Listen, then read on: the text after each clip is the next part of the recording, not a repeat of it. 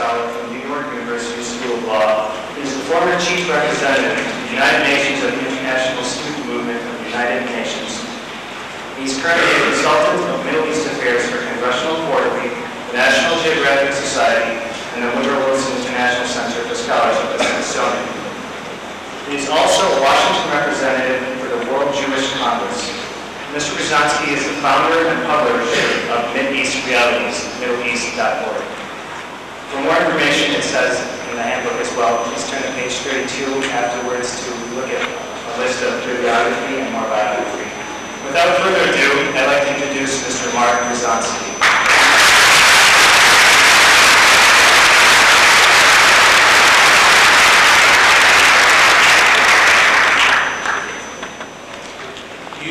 Young people in this room are about to inherit a very dangerous and potentially chaotic world.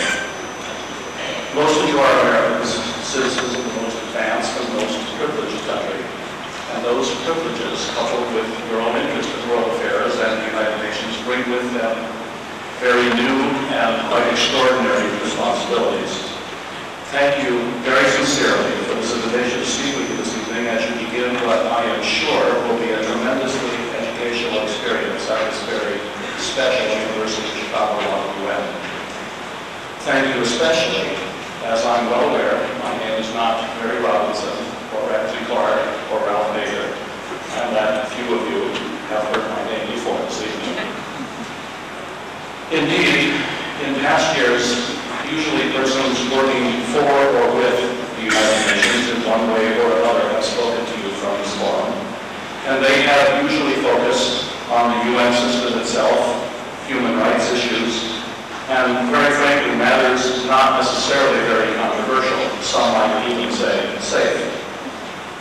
But in many ways, including psychologically, the world of the roaring 90s, which is all most of you have directly experienced in your lives until lately, also crashed on 11 September. And I expect there are now many crashes of various kinds ahead of all of us, political, economic, as well as military. There are real and serious reasons our world is in such turmoil and danger today. There are real and serious reasons. There are suicide bombers in that great city which represents the focal point of most of our religious faiths, Jerusalem, a marvelous and unique city where I have spent considerable time. There are real and serious reasons young people your age and other places are choosing to become what Americans call terrorists and what they themselves call martyrs and freedom fighters. And there are real reasons, real grievances, real and profound struggles which lie behind what happened on September 11th. For we are not in a new war at all. Rather, we are in a new phase of an ongoing war in which millions of people in faraway countries have already been killed, in many cases, by policies and forces and allies of our own country. And so it is with these responsibilities and this new situation in mind that I have chosen to diverge from the safe subjects and deal with issues that will be crucial for your futures, for our country's future, and indeed for our entire world's future. This evening I want to speak with you not about general human rights, but about specific political and economic rights. Not about the successes of the United Nations, but about its failures and the great challenges it now faces. And most of all, I want to speak with you about a subject I personally know best and firsthand from over 150 visits to the Middle East region and 30 years of conferences and relationships since I was a student like you, about the Middle East peace process and why it has exploded into an orgy of even greater violence and despair than when it began. Most of the human rights problems in our world really have deep political, economic, and territorial roots. Basic issues of power and wealth are involved both at the national and international level. How we structure our society, who is really in control and why, are the truly crucial issues too often not truly discussed. The most challenging and basic issue of all is how our world's resources are owned and controlled and distributed, because that is what determines crucial things like how people are fed and clothed and housed, how people receive and in most cases do not receive health care, how people are able or unable to provide for themselves and their families and their futures. And sadly, unlike for us,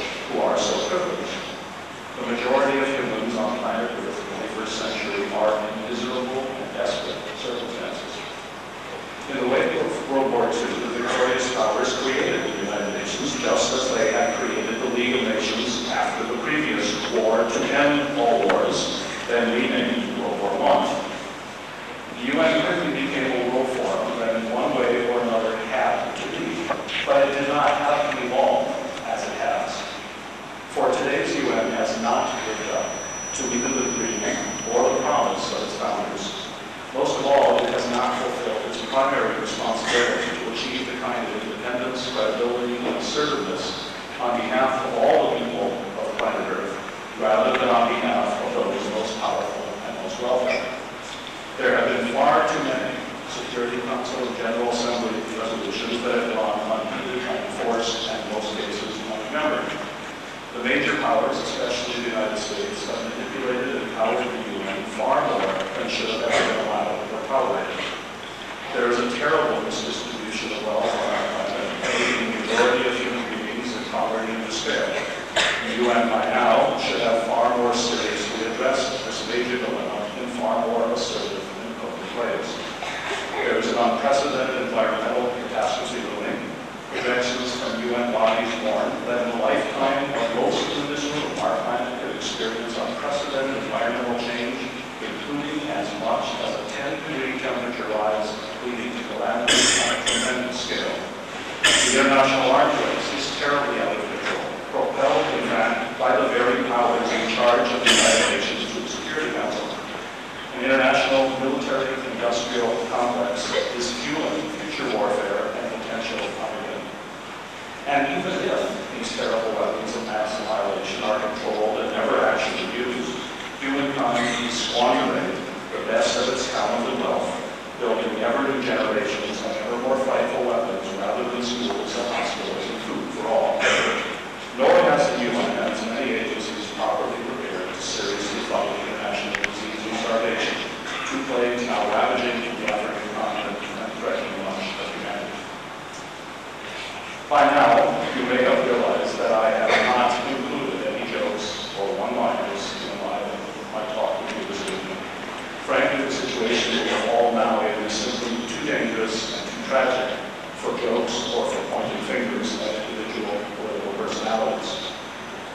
What we need urgently to do is to focus our greatest attention on the big political and economic issues and institutions, and to find ways to restructure and manage them for the common good. That, in fact, was the original United Nations vision and dream. That is what you are challenged to be discussing, debating, and learning from each other about for the next three very intense days. We need to focus on resuscitating the United Nations, which itself is in a difficult predicament, desperately needing to find a way to be independent and potent. Though it is an organization of member states, it is urgently important it also become a far more democratic forum, and thus a far more respected forum, representing the peoples of our world, not just their often corrupt and self-serving, repressive and accepting governments. Very frankly, the world's only superpower has done far too much controlling, manipulating, and measuring, and when it doesn't get its way, too much vetoing.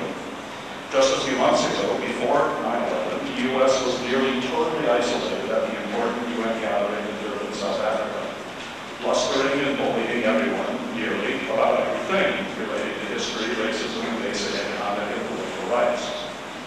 And since 9/11, the U.S. has once again vetoed the Security Council resolution rightly seeking to provide some protection for the Palestinian people, whom it declared way back in 1947 should have a state of their own immediately. Indeed, let me now turn directly to that most controversial issue, the one the UN itself did like, and the one the UN has spent more time and energy and anguish dealing with than any other. Of course, I'm referring to the situation in what many still call the Holy Land, the area that was Palestine until 1947, the area now called Israel and the occupied territories. It is this very region which has given birth to modern-day terrorism, to airplane hijackings, suicide bombings, truck bombs, and political kidnappings. And today, because of the wrongs for which the United Nations and the United States are considerably responsible, it is now a region more fractured and divided and blood-soaked than it has been since biblical days. But that was a world of swords and crucifixions, the hearts of the world of nuclear and biological bombs. Your own schedule of sessions and debates at this model United Nations has the situation in the Middle East more prominent than any other, and rightly so. Many of you may find what I will now outline, what I'm going to now outline trouble. Many of you young Americans will wonder, how can what he is saying be true in view of what is usually said about these issues in the popular mass media in our country? Indeed, I still remember when I was a graduate student, how upset and disbelieving I was when Professor Richard Falk at Princeton first used such concepts as racism, war crimes, and apartheid when discussing the Arab-Israeli conflict. Then I was a student like you are today. Then I had not yet had a chance to travel the world, meet so many new people, hear so many new views, and ponder the great issues for myself.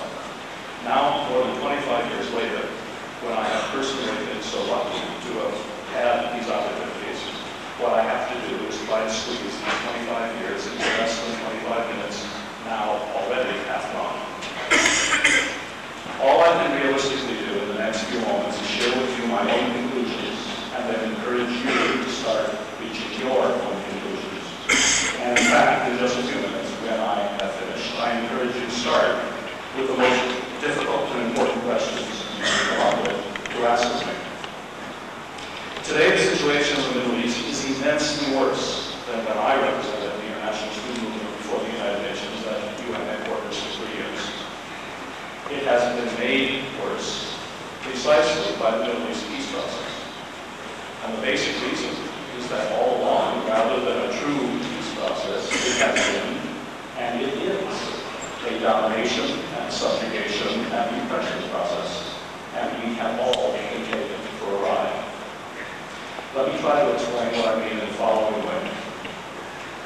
If you had invited any of the following much more distinguished speakers, most of whom I am fortunate to have as personal friends now, here is what they would have told you about the realities of the Middle East peace process.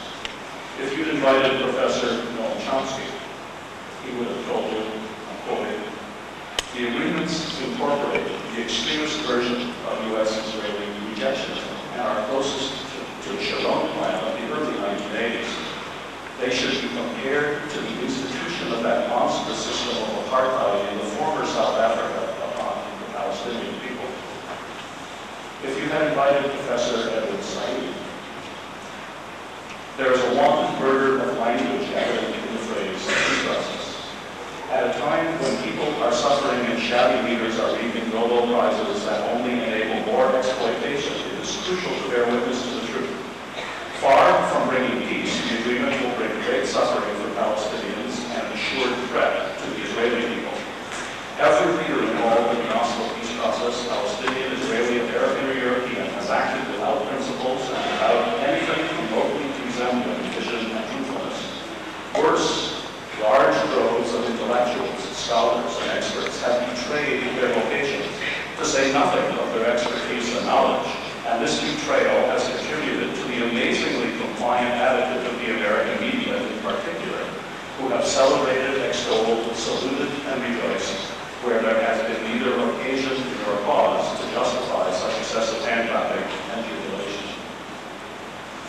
If you had invited Dr. Riyad Siraj, Dr. Siraj is an extraordinary, distinguished Palestinian. He has his PhD in psychology by the way from Harvard. And he made these remarks 5 years ago at Georgetown University speaking for the Palestinians. We are not against the rule of law. In fact, we want the rule of law. We want fairness and equality before the law. We want to feel that the people have rights and they are dignified. After so many years of brutality and repression and humiliation at the hands of the Israelis, that is what people here are longing for, dignity and pride.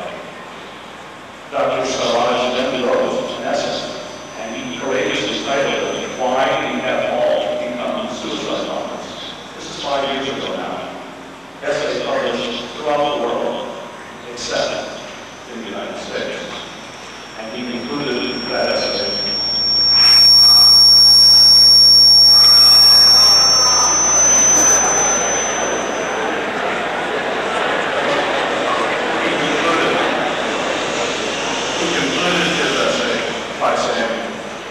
struggle of Palestinians today is how not to become a bomb.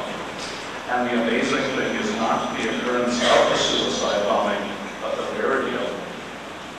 If you had invited Robert Fisk, the most distinguished and longest-serving Western correspondent in the region, 25 years right for the Independent in London, he made these remarks to me personally in an interview 5 years ago also, long before they were proved correct. I put peace process in quotation marks when I write about it in my newspaper. It's an American expression. It's definitely not a Middle East expression. All one can say about the peace process now is that it's dead, it is finished, it's over. And the most remarkable thing I find is coming now to the States is the degree to which people don't realize this.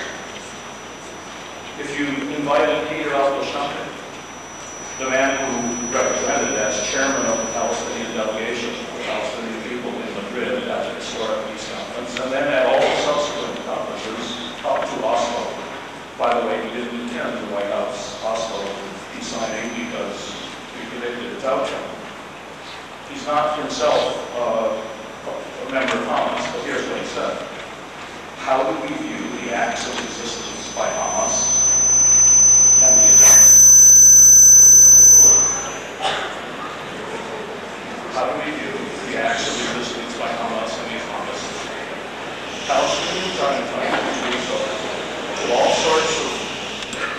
all sorts of measures, including legitimate armed struggle to rid themselves of occupation. The Israeli position, which is based on Israeli military power, and with heedlessness toward legality and legitimacy and United Nations resolutions, is actually a cause for the violence. Israel, in recent time, killed so many Palestinians in cold blood. Palestinians that it apprehended and could have arrested, but it preferred to kill them.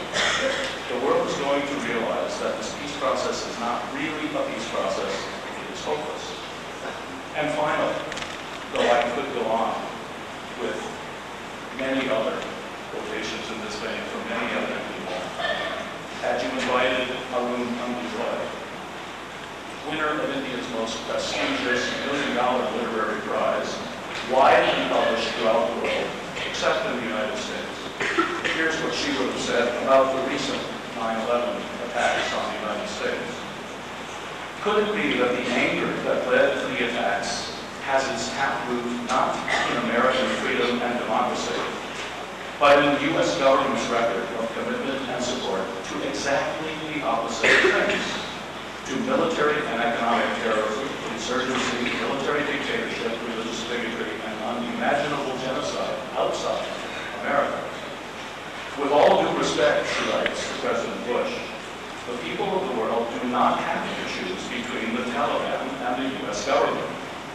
All the beauty of human civilization, our art, our music, our literature, lies between these two fundamentalist ideological poles.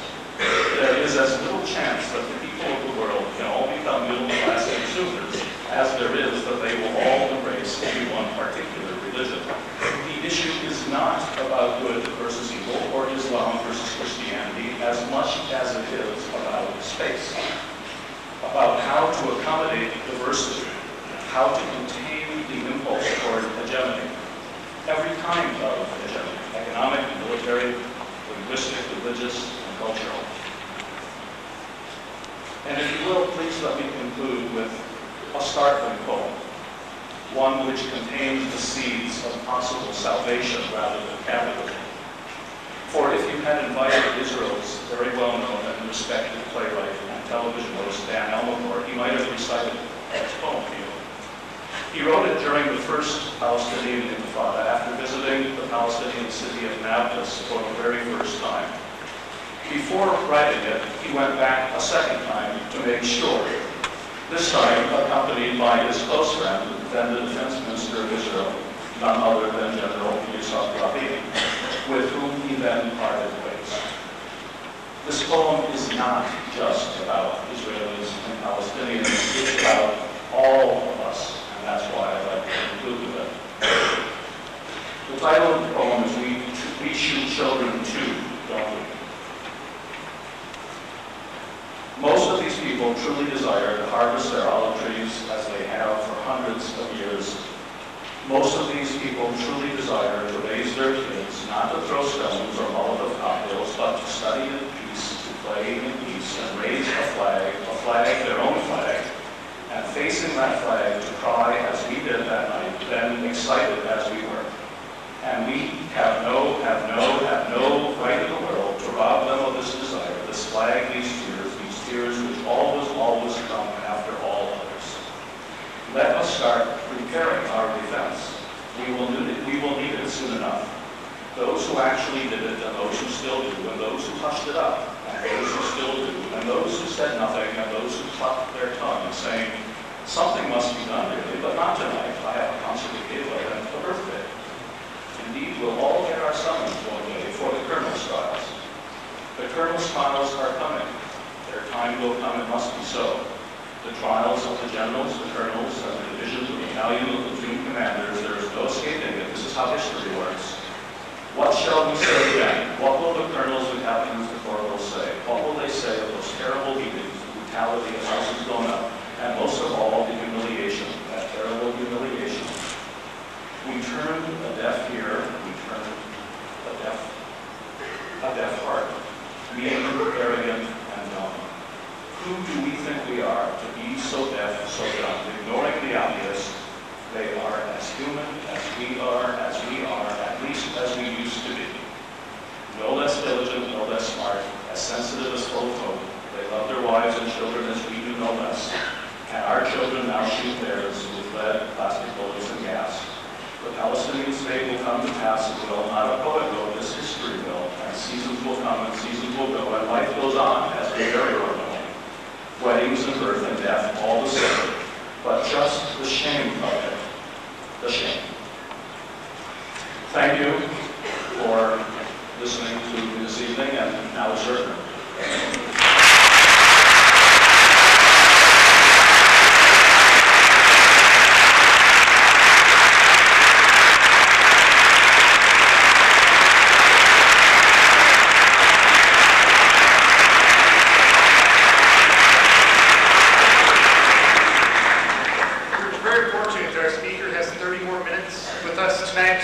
To ask questions. You'll also be with us throughout the weekend. You'll find 5 microphones positioned throughout the room, 4 microphones to the left, center back, to the right, and center front. We'll take questions from each in a clockwise direction, starting there and then moving around. So if you have questions, please proceed to the nearest microphone. Thank you.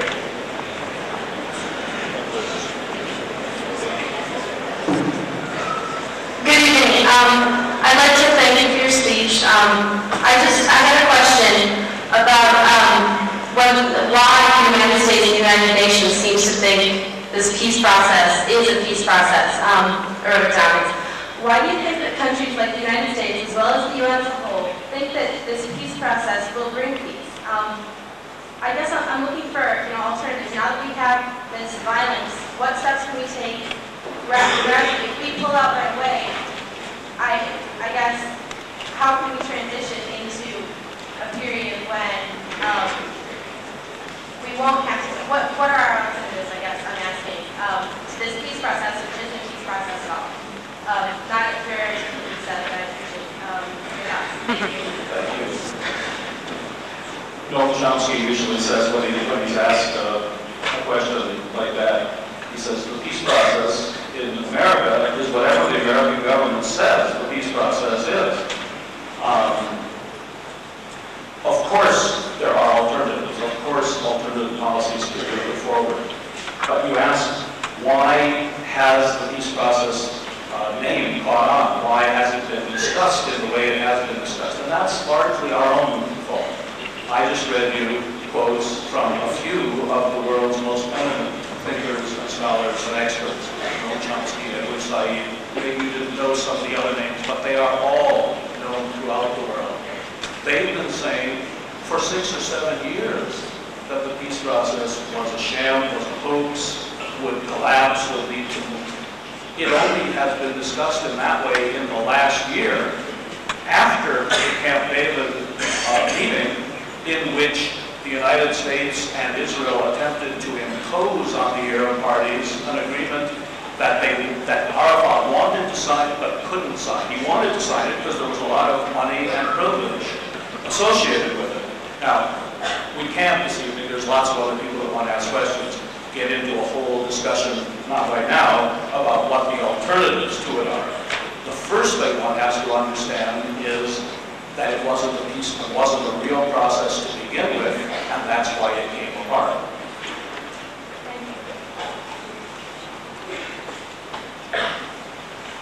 In your speech, you alluded to the Durban conference earlier this year, and then you have compared the Durban conference to Resolution 3379 of 1975, and then you believe that's with Resolution 3379 with the Zionism is racism for the United Nations describing itself quite a bit.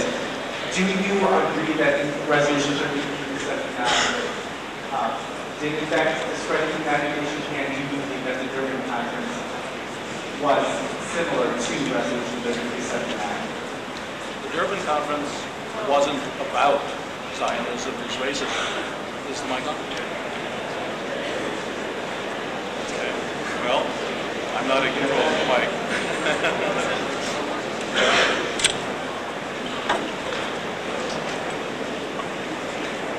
Thank you.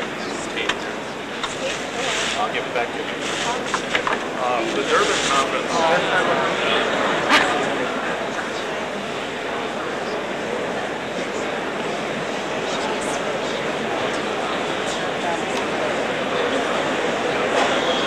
I can try to shout, but I don't think.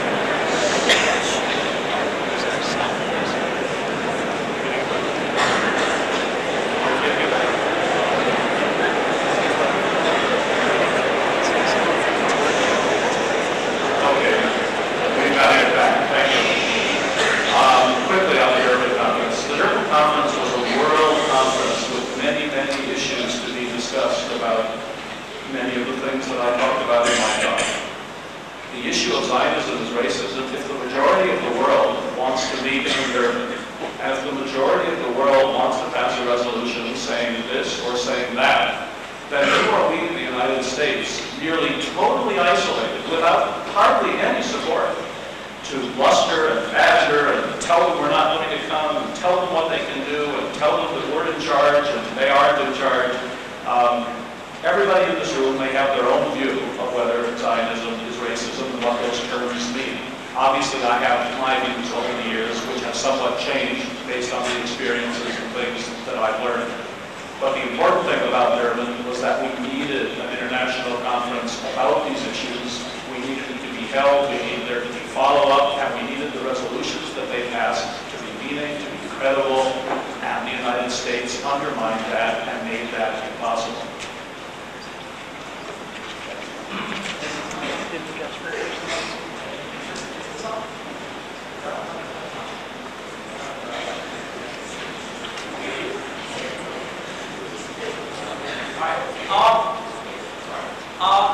Given the nature of the conflict between Palestinians and Israelis, the Israelis, of course, having at least democratic elements in their government, and given the fact that the attention of the world media is constantly focused on the Israeli-Palestinian situation, do you think it is somewhat foolish that the Palestinians embrace violence as a means to work their way out of the situation? Do you believe that before true peace can be achieved, the Palestinians will have to be the first ones to abandon their violent ways in addressing this issue? Well, first of all, most violent ways are imposed by the military occupier, not by the party that's occupied. And second of all, any people who are subjected, be it in Kashmir, be it in Palestine, be it the blacks in South Africa during the days of apartheid, any people who are subjected to such terrible forms of oppression and discrimination react in various ways. There's no central party in Palestine that's calling the shots. There's just a lot of people. People your age have known nothing other than military occupation, torture, repression, knocks at the door. It's very difficult to understand it if you haven't visited and lived it. Dan Alvegor is a perfect example. This was the Johnny Carson of Israeli television. This was the master of ceremonies on Israeli national TV, a one-channel state in those days. everybody knew and adored. This was a funny man who made jokes from the podium. But when Intifada 1 started, he said he's going to drive over to Dallas, an hour away, and see for himself, and he was blown away. He's told me the story personally. He could not believe what he saw. He went to Rabin, his friend, and Rabin said, come back to Annapolis, I'm going to have all the commanding generals meet with you and explain to you why we're doing it. It didn't work. Dan's life changed, by the way. He no longer was master of ceremonies on Israeli TV. Yitzhak Shamir, that the prime minister, called him a traitor. His house was firebombed, his car was firebombed. Rabin told him to better leave the country because they couldn't protect him. But sometimes one has to pay a price for what's happening in the world. And all of you are living in a totally different world. If this were a year ago, the speech wouldn't be given, the reactions wouldn't be what they are, and the whole context would be different. We're living in an extraordinarily dangerous world now. And after watching our president the other evening in the State of the Union, it's gotten even more dangerous in the last few days than I thought it was when I started writing these remarks. Thank you. Thank you. Well, thank you.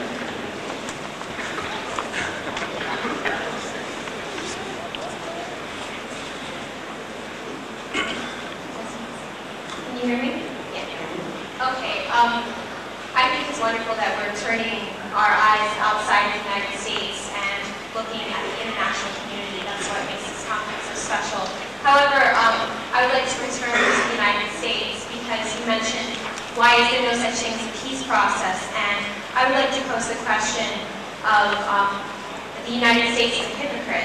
How can the United States play a large role, presumably, in processes of reconciliation if within its own borders, under its social, political, and economic structure, there are continually lines drawn, binary oppositions drawn between different classes and races and economic groups, even political parties, associations made like that. My question for you is, what do you recommend for the United States and United States citizens to do to initiate maybe even a paradigm shift and get us to look beyond binary oppositions and recognize pluralism in people, diversity, before we initiate these processes all over the world and try to make policemen? Tremendous question, and the next 3 days could be spent. An impossible question to deal with in just a few moments. But there's a tremendous amount of self-righteousness, of hubris, of this country is in a new McCarthy-esque type situation. We don't have the independent institutions that we formerly had. The media is largely owned by corporations, which are largely then owned by the defense industry. The universities, for economic reasons, have more and more become business institutions rather than centers of learning. Scholars have a hard time. In fact, let me just tell you quickly about Professor Charles Black, because this fits him. Charles Black, 30 years at the Yale Law School, one of the biggest names in American constitutional law. A resume of 40 pages of things that he published in his life, of little teeny print. But when he wrote about this subject, when he wrote about what's happening in the Middle East, and this was 10 years ago, and the reason it's important is because those 10 years led to where we are now. When Black wrote his essay, and I'll read you the final paragraph, Osama bin Laden was a loyal Saudi upper-class citizen sitting with King Fahd in the palaces of Riyadh debating the future of Saudi Arabia. So what happened in these 10 years is terribly important. By the way, the reason I mentioned Charles is when he decided to write on this subject after he retired from Yale, he was teaching at Columbia, and his wife, in fact, was the dean of Columbia Law School. Nobody in the United States, no publisher, would publish his essay. Not even the Yale Law Journal, which when he left Yale, devoted a whole issue to Charles Black and his career. So the first priority is we need to start looking in the mirror, and we need to start listening to what others are saying about us and to us, because they're not doing that simply to hurt us. Many of them are actually doing that to help us.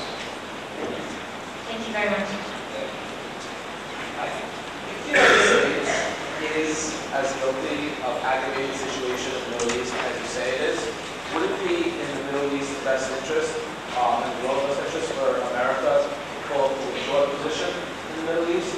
And if the answer is no, then what is America's current objective in securing peace in the Middle East? Because currently it seems that we've been achieving nothing except for aggravating the Arabic world with our position in the Middle East. The United States is in the Middle East not to bring peace, it's there to bring domination. The United States is in the Middle East so that it can pump cheap, plentiful oil from the oil fields of Arabia and artificially fuel our own economy. Some people may think that oil is expensive in this country. Everybody else in the world laughs when Americans say that. Just think for yourself. This is black gold that's pumped halfway around the world, then it's shipped on boats, then it's refined, and then it's sent out to the gas station we all go to. And it still costs less per gallon than a bottle of a gallon of water at the grocery store. So we're in the Middle East for our own reasons. We're not there to bring peace. We brought defiant regimes, very repressive regimes to most of the Arab countries, the Al-Saudis, the Al-Sabas, the Hashemites. The entire Middle East is ruled by, not the entire, there are some exceptions, but largely corrupt either police states or regimes that are royal families.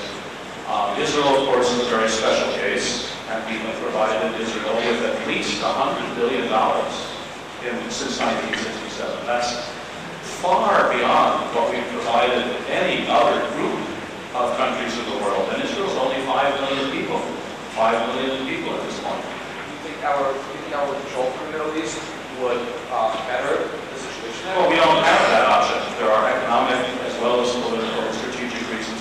But if you want me to sum up in one sentence what I think we should do, is I think it's high time we realize that people in the Middle East want to have their freedom, they want to have their dignity, they want to have their democracy, they want to have many of the same things that we want to have.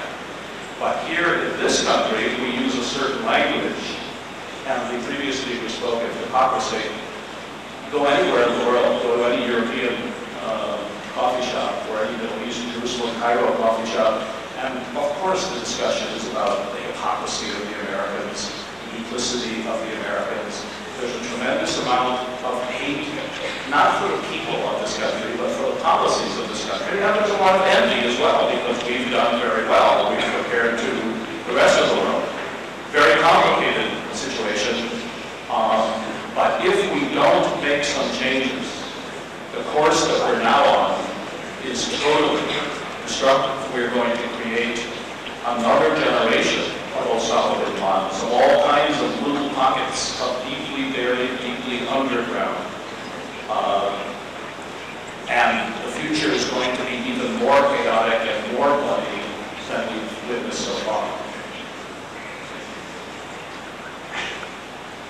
My question, for all the ills done to the Palestinians, is there any excuse, any justification for September 11th? Also, Gandhi and Martin Luther King, whose people were brutally persecuted, were both successful in achieving freedom without ever raising a hand in violence. Why do Palestinians now do a similar thing? Well, first of all, the Palestinians are talking.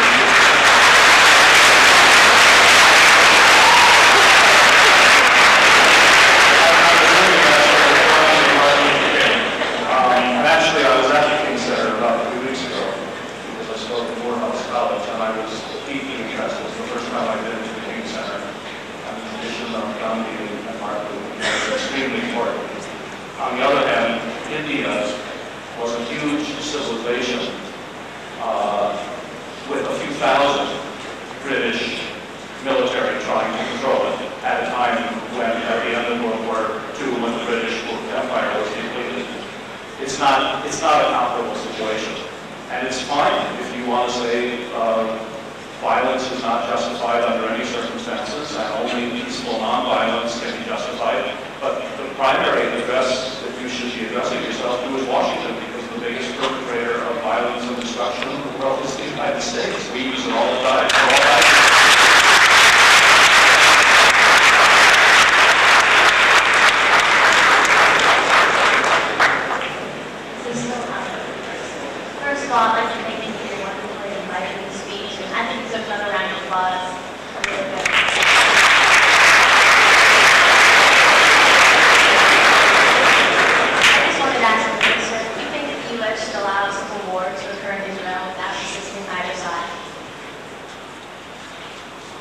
civil war is where we're moving both among the Palestinians and the potential among the Israelis as well. No, of course, that's not. The tragedy of the peace process in the Middle East is that there's actually a reasonable solution. It's not totally just. There still would be opposition, but it would have tremendously de-escalated things. The 67 war provided us boundaries. It provided us territory. The idea of a two-state solution emerged. The Palestinian leadership, whatever one thinks of Yasser Arafat, and though I've met with him personally a number of times, I don't think very much of him. But we could have had a two-state solution. It would have been only 22% of Palestine would have become the Palestinian state. Pretty huge compromise on the part of the Palestinian leadership, whatever one thinks about leadership. But now, you can't just change history and move the clock back. You have 167 Israeli settlements. You have bypass roads. You have 250,000 settlers. You have a chaotic situation in the occupied territories. Gaza is the world's largest prison. Do people realize here that 1 million Palestinians and almost everyone your age born in Gaza cannot get out of Gaza? There's an electrified fence that surrounds Gaza, and unless you have special permission from both the Israelis and the Palestinian Authority, you can't go anywhere. That's the crucible in which Palestinian children your age have lived their lives, and that's the crucible in which the first female suicide bomber just gave up her life. Most of you have no way to understand the psychological conditions, not to mention the material conditions, that other people in the world are living in, because we've never experienced it ourselves. But it's especially bad when we, the American Empire, are responsible and complicitous. When it's our money, our guns, our tanks, our airplanes, our UN vetoes that make this entire situation possible. And I'll say it from this podium, and I'll say it in public, as difficult as it is, and as much trouble as it causes. I don't believe 9/11 would have happened had, in fact, we had an honest and real and decent peace process in the Middle East, and have we not tried to take everybody for the ride that we have, in fact, taken them on for a very long time.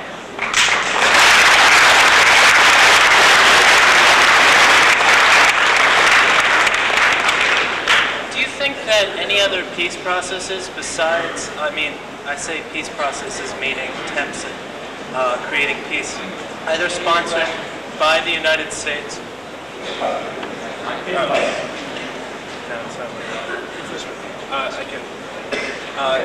Do you think that any further U.S.-sponsored efforts, anytime in the future, or external efforts, which have U.S. Representatives, can succeed? He's asking what other kinds of peace processes could there be, what could possibly succeed. Well, there's the dichotomy.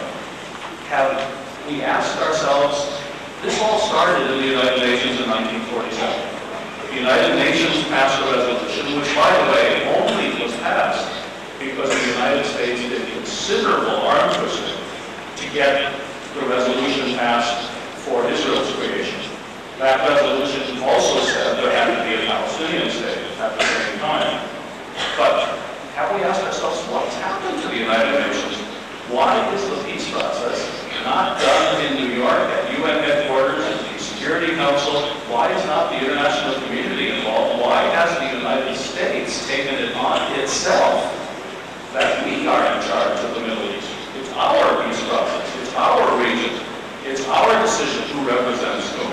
And frankly, I'll say something else, as controversial as it is, but nevertheless, this is what I believe, and this is what I've come to experience living in Washington.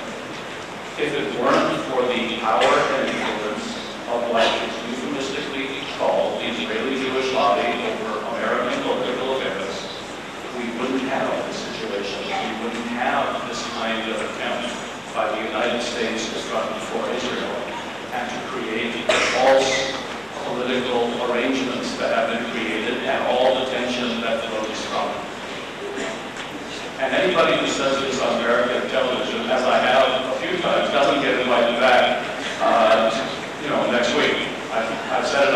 TV I've said on a number of programs. And frankly, this is nothing in private conversation in Washington, or in Cairo, or Jerusalem, or London, or Paris. This is all sort of, common discussion. But here, just like when Professor Black decided to raise his voice and call for a basic change in U.S. policy 12 years ago when he wrote that pamphlet. And had that pamphlet's advice been taken, I don't think 9/11 would have happened. We wouldn't be in the situation we're in. So these are very difficult matters. There's a lot of pressures in this country. There's a lot of pressures brought on everybody. And my purpose, since you invited me to come and speak to you, was to tell you, as best I could, what I have done to believe are real issues. Maybe in the future, I'll spend some time trying to write what the solutions are. I guess it's right over here. First off, I'd like to thank you for saying things that aren't always accepted in the best of political patriots of the United States. But with that said, I think internationally, I think we can agree that there's a choice to be made. Do you lead or do you follow? And with that question, I think we've all almost unanimously said that as a great power, a superpower, the United States needs to lead. And so there are bound to be mistakes. You've done us, you've done a great job of looking back to showing us our faults, maybe showing the mistakes that caused this, kind of a study that we miss out on. But, and I'm sure this has come up previously in the generalities, but I'm asking specifically, what do you think should be done? Like, we've covered what was done and what's not done adequately now, and how the problems arise. But as a person who doesn't know too much about this, as a person who has some interest in politics of the future, what are your guidelines to say what exactly can we do specifically, not in these generalities that we mentioned, so that this can be made into a positive leadership that we need to have, because we can't step back into the problems. We need leadership in this country that when something like Durban takes place, the United States says to the world, we have our views, we have our own society, we're a powerful country, we have a veto on the Security Council, as you all know, but we're coming to Durban in good faith, we're coming to Durban to listen, we're coming to Durban not to badger, not to bribe, not to cajole, we're coming there because it's important that world society have a feeling and a reality that there is an understanding that America may be the only superpower, but we are still a very small percentage of the human race, and until we start taking their views seriously, and their predicament seriously, and their poverty seriously, and their problems seriously, there's no way that we can make real progress on what you're asking. I see you have a follow-up. Well, I hope you don't take this offensively, but what I was asking for more was, like I said, a specific action. To say that we need to take people more sincerely, something that's been said many times tonight. I'm saying specifically in the issue that you've discussed in Israel versus Palestine, what specific action can be taken or should be taken in your minds to further that in a true peace way? I mean, to say we need to realize their poverty, that's great, but how should we do it in action, is what I'm asking, in specifics. Fair enough. And we could go right down the list, except we can't tonight, so I'll take the Arab-Israeli issue. We could say to Israel that we've never supported your settlement policy. We've always told you that that was a problem. It's been condemned by many UN resolutions. You did it on your own. It started in 1967, and now we're not going to send troops to remove your settlements and force anything, but we are no longer going to provide the financial, the political, and the military means for you to continue that occupation. So you're on your own if that's your policy. I mean, we could change what happens in the Middle East not by actually going there and having to do something. All we have to do is stop doing what we're currently doing with our money and with our guns.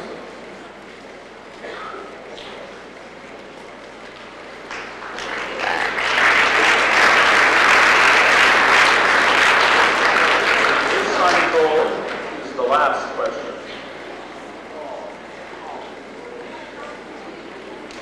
and it's one we can't hear.